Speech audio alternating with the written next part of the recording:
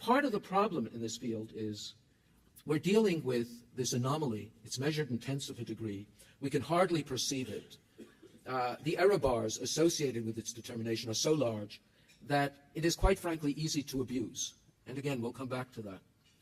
Let's see what it is really. I mean, this was done years ago by a late colleague at Lawrence Livermore Laboratory, Stan Grotch, and he wanted to go over the process. So here you see a cloud of dots. What are they? Well, let's first do the exercise of looking at the axes. So you notice that it's going from -6 to 6 degrees centigrade. That's the scale. The cloud of points is extending over -2 to 2 degrees. Each point is a station's annually averaged anomaly. So that's this huge set of points. To get the globally average temperature anomaly, you average these points, usually with a weighting for area, and on the same scale, on the same scale, that's what you get for the average. You'll notice it's again going this time -4 to 4, but it's roughly, each interval is 2 degrees. Normally, you would compare these two and say that the first cloud was largely random and almost all the variability averaged out. But that would not be an interesting story. So what you do is you stretch the scale on the right by a factor of 10. Okay, and that's what you get. That looks much more familiar. And then we obsess on that, as though it was an omen of something. And we argue, where was the rate of change greater and where is the peak? But remember, what we're talking about is that.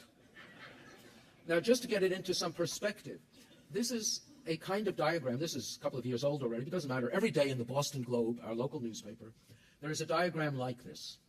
And you can see on this there are these blue bars.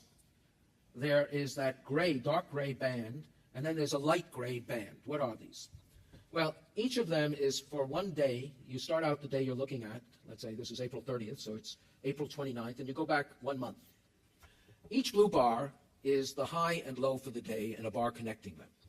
Each dark gray is the average high and low for that day. And the light gray are the record high and record low for that day.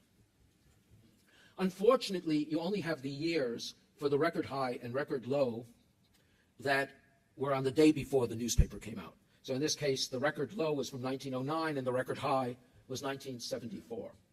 Okay, so every day you're seeing excursions on the order of 10, 15 degrees centigrade, or roughly 1.8 that Fahrenheit. And then you have that red bar in the middle.